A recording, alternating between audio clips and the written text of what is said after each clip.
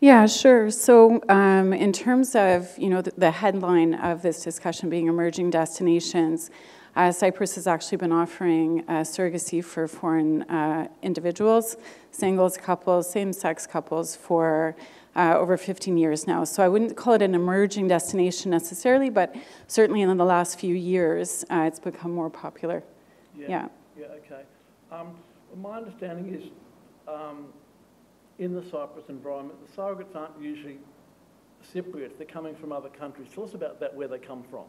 Yeah, so we've had, a few changes over the past years. Recently, we've got surrogates that are arriving to us from Georgia, and there's a few different models that we adopt in terms of matching parents appropriately with surrogate carriers. And this would be, we have some surrogate carriers that are comfortable remaining in Cyprus for the duration of the program. So if an intended parent wasn't interested in travel being a feature, then we would make that match for them. And equally, we have scenarios where surrogates are coming to us at 27 weeks and staying until post-birth. So a few different options for parents to choose from that way. So in the program you're talking about in Cyprus, is the embryo transfer happening in Cyprus or in Georgia? In Cyprus. Right, yeah. Okay. And so if a Georgian woman is coming over to Cyprus for that, does she go back to Georgia for the pregnancy? Yeah, that's right. She'll go back until 27 weeks, at which point she returns to our full-time care. Or alternatively, if any intended parent isn't comfortable with that, we do have options for surrogates to stay with us the full time. Right, okay. Yeah.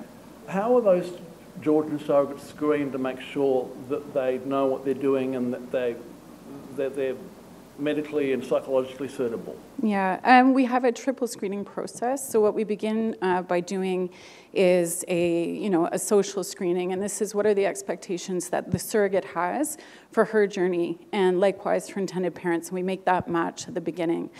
There's many different criterias for this. There's, as of late, vaccination being one. So of course, most of our surrogates are vaccinated. We do have the odd parent where this is an issue, and they're looking for an unvaccinated surrogate. So we make an appropriate match that way. Not the norm, but that would just be one example. Also in terms of contact, so knowing what type of relationship you're interested in having. Are you looking for something arm's length? Are you looking to be bonded with your surrogate? Potentially continue a relationship after birth? So these are all important considerations that we try and assess at the very beginning to make the best match possible from the start. And then from there, obviously, we get into the more significant screening process, which we've got, a criminal background check, we've got family and lifestyle checkings and screenings, we've got psychological screenings with licensed professionals, we've got then the medical side, the reproductive screenings for eligibility, making sure that, all previous deliveries have been successful and optimum, and of course that there's a minimum of one child. And in addition to this, we've got the infectious diseases screenings. It goes on, and this is something that's provided to all intended parents at the beginning so that you understand exactly how it works. So are intended parents able to have direct contact with their surrogate if they want it, or has it got to be through the agency? This is something that we feel out. There's always mediated communication, and it's a bit long to get into it now in terms of why that's important. But it's something, there's always a staff member involved, but we discuss with intended parents as well as the surrogates who are helping just what their boundaries are, what they're looking for. But to have, a mediation in between, I think, is important to keep things smooth throughout. Right. Yeah. I know Cyprus has got a north and a south. And you're based in the south, but where does the IVF and the births occur for your program? Everything takes place in the north, so there's a reason for this. In the south, this is where our offices are, and this is where most of the international schools are, and our staff, we all have kids, so that's the reason for that. But the clinic's about an hour away in North Cyprus, and it's a very easy crossing process. I'm there personally about 3 times a week. And everything takes place in the north. So we've got IVF there, as well as birth and delivery and post-birth recovery. Right. Yeah. So in the North Cyprus program, who goes on the birth certificate afterwards? It's always the biological father and the surrogate assisting. Right. Yeah. Right. Okay, we'll come back to that in a minute. Tamari, sure. Hello. Hi, hello. Hello. Yes. Thank you for joining us. Could you tell us a little bit about the program you set up in Argentina and how that's working in terms of Yes. who's eligible? What sort of people are you finding are engaging in that program? Yes. Thank you so much for giving me this opportunity to present our programs. So actually in Argentina, we started to implement this program like 2 years from now. It's very early and very new destination for now. So although there are several international parents, still this is a new destination. So there's a lot of questions when we are talking about Argentina. First of all, parents are asking about legal aspects. Yes, if it is legal, how we should do and everything. So it is legal. From 2017, law was changed, and now on the birth certificate, name of the intended parents are indicating. So it makes everything very easy for international intended parents to start the programs there.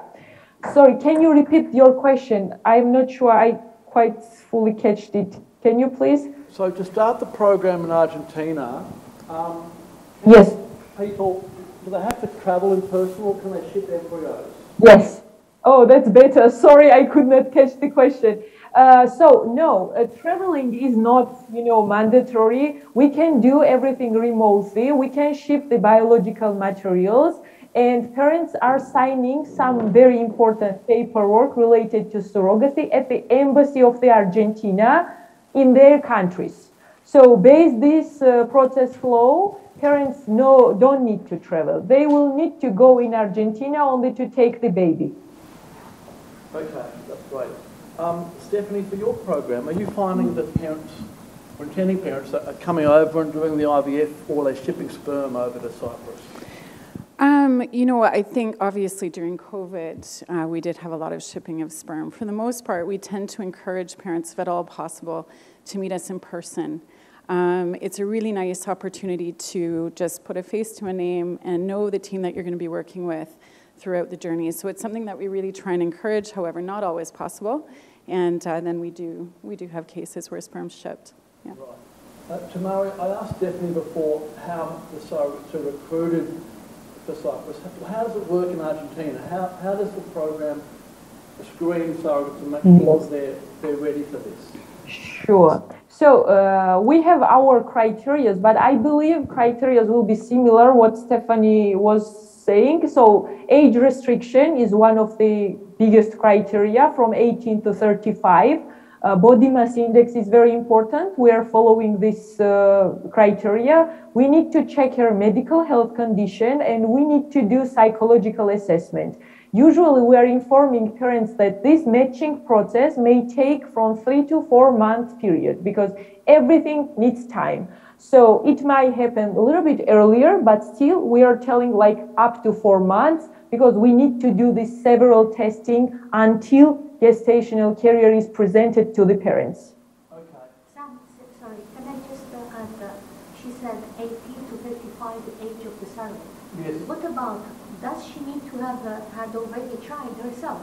Yeah, good question. Which is Yeah. important. Well, I mean, I'm speaking for Cyprus, but Cyprus yeah, there has to be. Normally the age is between 21 and 36 for Cyprus. That's the average range in age, and certainly that there's already one child. Yeah. Okay, so it is mandatory, the one child? For Cyprus, yeah. What about Argentina? Tamari, in It- Argentina? Yeah. It's the same situation. I heard the question. It's the same. Surrogate should have at least one own child because we don't want someone who never experienced pregnancy or delivery. So yes, it's mandatory to have one own child. And I will add one topic.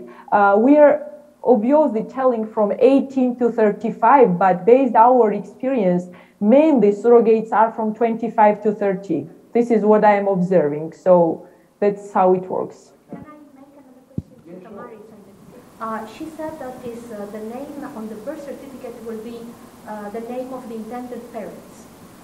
Is this the legal, so it's the law altruistic or commercial in Argentina? Good question, Tamari. Yeah. It's altruistical. Okay.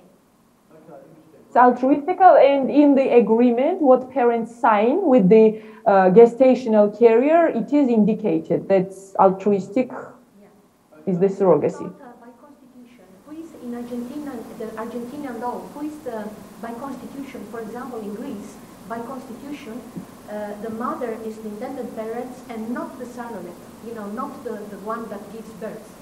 What about in Argentina? So they are covered also by a constitutional issue. What about in Argentina? So by law, if I correctly understand, by law, names of the intended parents are indicated. So gestational carrier don't have any kind of right on the baby. Before approving her as a gestational carrier, she signs procreation will, where she indicates that she don't have any kind of, rights on the baby. This is additional paperwork, what our legal team is doing. So after delivery, there is no any kind of legal issues with this factor. She delivers, she finishes her job, and that's all. Afterward, everything, in every paper, intended parents are indicated, names, I mean. An important factor for you guys all to understand, though, is whatever the laws are in Albania or Cyprus or Argentina, those aren't the same as the laws in the UK here. So even though you're recognised as the parent there, you're not recognised here as the parent necessarily. And so you do need to go to a lawyer here and make sure you understand that process of parental transfer. Because it is different. Yeah. You can't just assume because you're a parent in one country, you're a parent here. You are not. Just because you're on the birth certificate does not make you the legal parent in your home country. So that's important to understand. Let's turn to Nicola now and look at the Albanian model. I understand, Nicola, that in Albania, surrogates for some time have also been recruited from Georgia in the past. What sort of parents have been engaging in Albania as a destination? Are they gay couples and singles, or? Hello, thank you, Sam, for having me. It's great pleasure. We have parents from all over Europe, actually all over the world, but Europe especially. And we have singles, single mother, single father, gay couples as well, and heterosexual couples. Okay. And in the situation for Albania, I think it's like Cyprus, where the surrogate and the intending father go on the birth certificate? Yes. In the by law, in the birth certificate will go the name of the biological father and the name of the surrogate mother. But before all of this, the surrogate mother will sign a notary declaration and power of attorney where she will give up of the rights of the baby. So every right will be to the biological father, 100%. Right. I mean, one of the difficult things I know, Stephanie, about Cyprus, although it's become popular because it's in Europe, I understand that the birth hospital, Cyprus is not accepted in North Cyprus. You can't really say to the birth hospital, give me a signature this was a surrogacy birth. You know what, Sam? Because it's not a regulated destination, it's a gray zone. So this offers a lot of flexibility within the law, but no, there's no official, ruling on that. But similar to Albania, there is an internationally recognized affidavit that's signed in terms of a relinquishment of rights on behalf of the surrogate, and that takes place before birth, but doesn't come into effect until there's a baby born. So, yeah.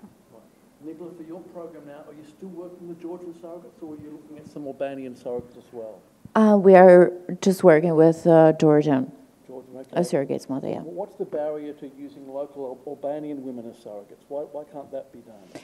So can I describe just a little bit to enter in all this Albanian? We are International Turkish Hospital, and our IVF doctor team, it is Turkish.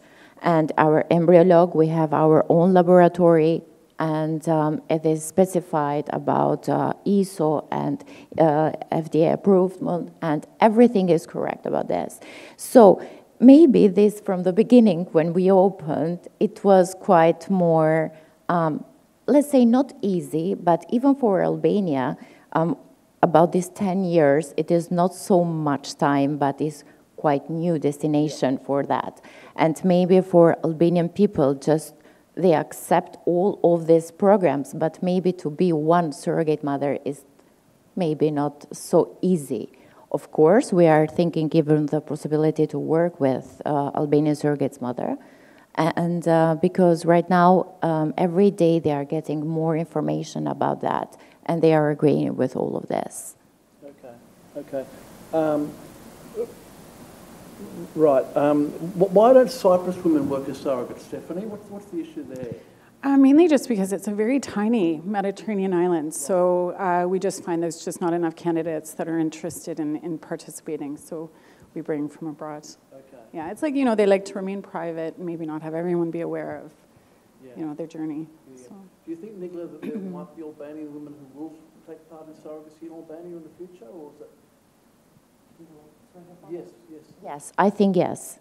I think yes, because actually we are seeing that even Albanian couples we have, they are more informing day by day. So I think yes, it will be the possibility in the near future. What about the egg donor issues in Albania? Do the egg donors need to be anonymous, or? So the egg donors, all of our egg donors are fully anonymous. Right, and are they local women or are they from other countries? We have, as hospital, we have our own database of egg donors and sperm donors. They are coming from Georgia, from Ukraine, from Albania, of course.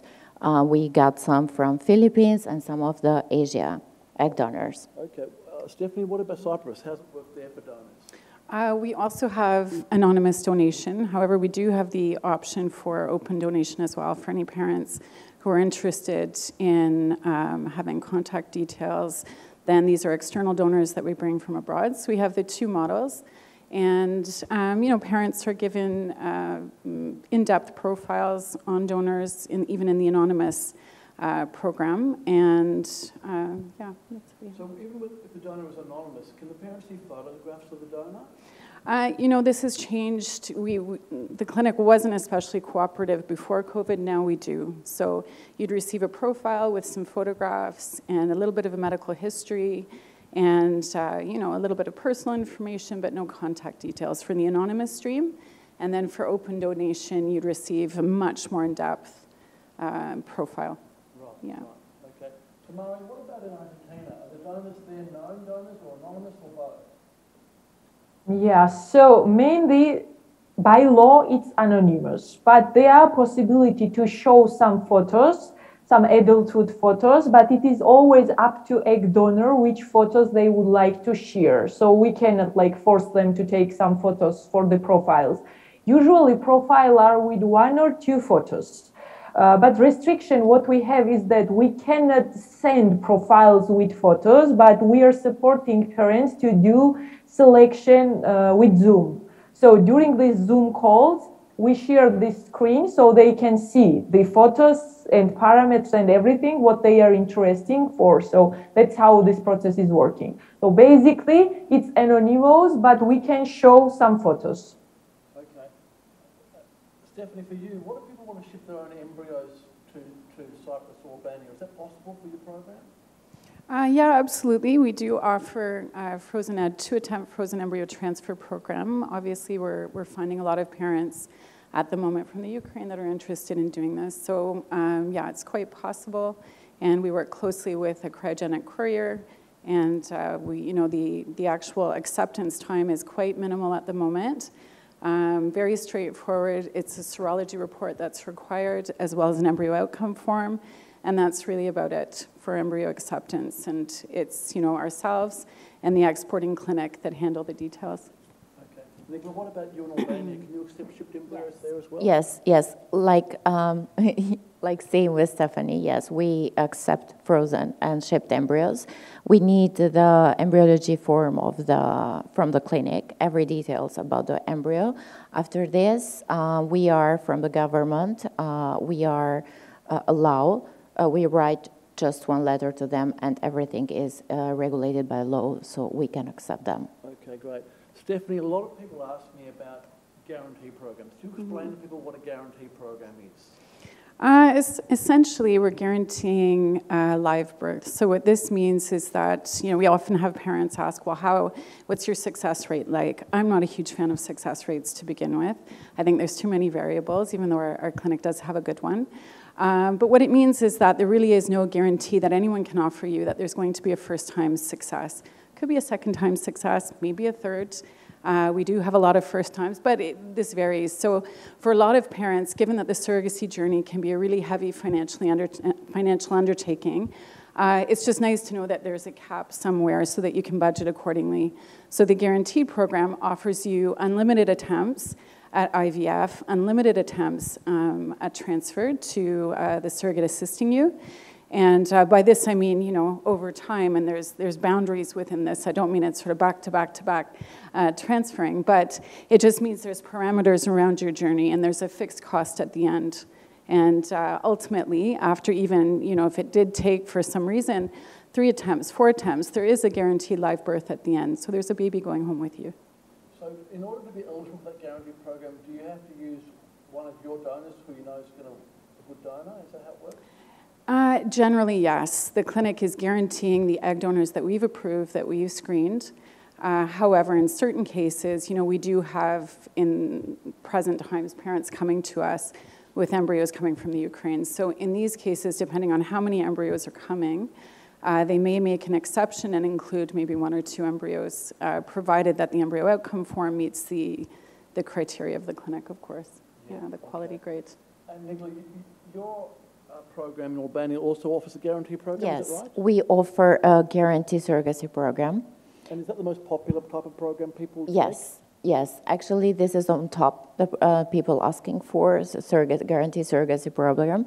This means that in the end, the parents are assured to get their baby with them so they can go back in their countries. But it is something, Sam, that we do everything like closed cycle in our hospital. So the parent will come to us, we will offer them egg donor, we will create embryo, do NGS, ICSI, everything till the delivery of the baby. So we are a big hospital, we do even delivery there with our lawyers, because even this is important, our law department will help every intended parent step by step, that depending even from nationality, because someone country have different rules from someone. So everything is closed there. So your lawyers will help get the birth certificate, is that Yes, right? correct. Okay. And this is included in the guarantee surrogacy program. And Tamari, I understand that you also have a guarantee program. Are there also a lawyer involved in getting the birth certificate organised in Argentina? Absolutely, yes. Yes, we are offering guarantee programs, and we are offering single journey guarantee programs and also double journey. So when it is come up to same-sex couples, this is very frequently asked questions. They want to do, you know, use both sperm samples to have the babies at the same time. So we have such guarantee plans too. And absolutely, legal team is involved in the process, and all costs are covered. So yes, legal support is included in the programs. That's great. All right. Does anyone have any questions they want to ask of these guys? We've got them here. If they haven't. Yes, please. About if you're using sperm donor, like the father has to use his biological father has to be in the birth certificate, how does that work? I don't think you could do this program without having the biological father providing sperm, could you?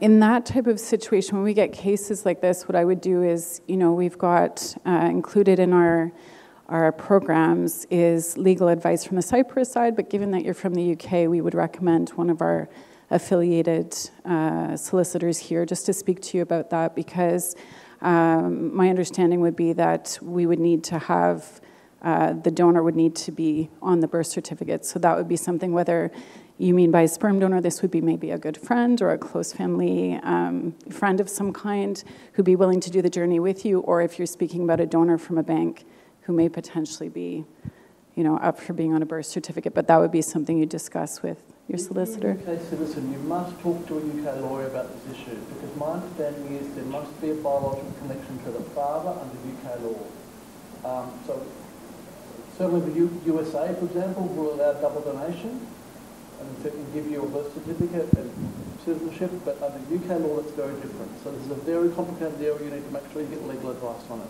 And every country is different in this area. Okay. What do you see as the challenges, Stephanie, in the program here? And what kind of things can go wrong that people need to be aware of? Wow. I mean, what I always say to intended parents, I think it's important. I think transparency and honesty from the very beginning is important, because I'm a previous intended parent myself. I remember at the beginning of my journey, it was, rainbows and kittens, and it was, everything just seemed so positive. And the thing is, I was so determined to do the program and to do this that I would have done it regardless, even if there had been honesty from the beginning. But I would just have been better prepared. So I think it's an important question, and it's good that we're speaking about this. Obviously, since COVID, this would probably be the highlight, the traveling aspect. So the good news is that even under the most dire conditions, when COVID was a huge surprise to all of us, we were completely unprepared. We got every baby home, every parent in eventually. So even under the most trying conditions, we managed to do that. And so that would be the most dramatic. I mean, there's a million different things. There's ups, there's downs. No surrogacy journey is going to be completely smooth. It's impossible, too many human aspects. But it's important just to have a good, solid team, someone who's going to speak with you, be honest with you, support you, and sort of put out the fires as you go. Great. Nicola, last question for you. Is it not a concern for you to have surrogates coming to Albania from Georgia and leaving their own kids at home for the birth? Is that not hard for those surrogates being away from their children? So, Sam, we have our collaborator there in Georgia. Yeah. Our surrogates are chosen from a very detailed report, healthy report, firstly. And then our doctor, Dr. Handan, she is seeing this report. Of course, they must have at least one delivery before. Yep. So it is much easier, as we know, how will the pregnancy go on. But we provide even one house that is near our hospital for all the time that they can, for the pregnancy, and they are under our control for everything. Can they bring their children with them?